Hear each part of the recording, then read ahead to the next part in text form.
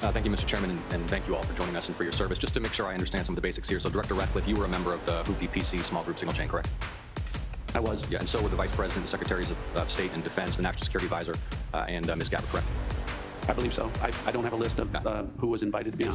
And so was National Political Reporter Jeffrey Goldberg, correct? I don't know that.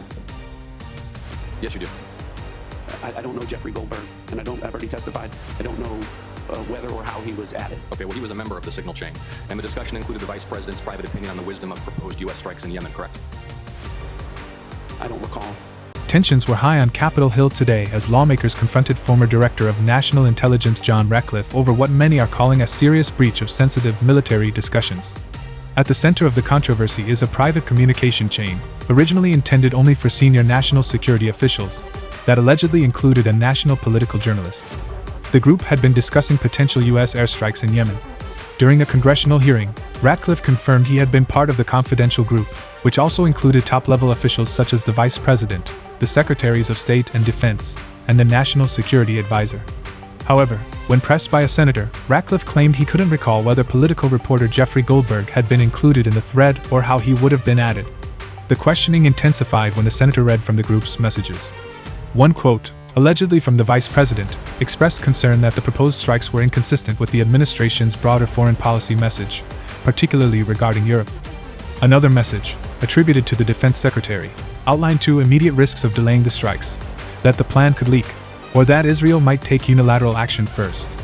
Ratcliffe repeatedly stated that he did not recall those specific messages or discussions. However, lawmakers pointed out the critical nature of the conversation. The group had been discussing not only military timing, but also the deployment of American aircrews into hostile territory, where advance warning could allow adversaries to ready their air defenses. General Hawk, a top U.S. intelligence official, was also questioned during the hearing.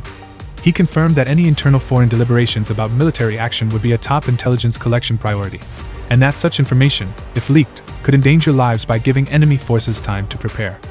Despite these concerns, Ratcliffe stood by his earlier statements, refusing to acknowledge that including a journalist in the signal chain was a major error.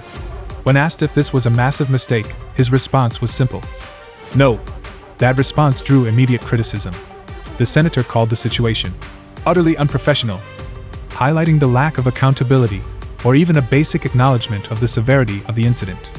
He concluded by stating that the full transcript of the group's conversation would be reviewed, and that Ratcliffe's testimony would be measured against it word for word.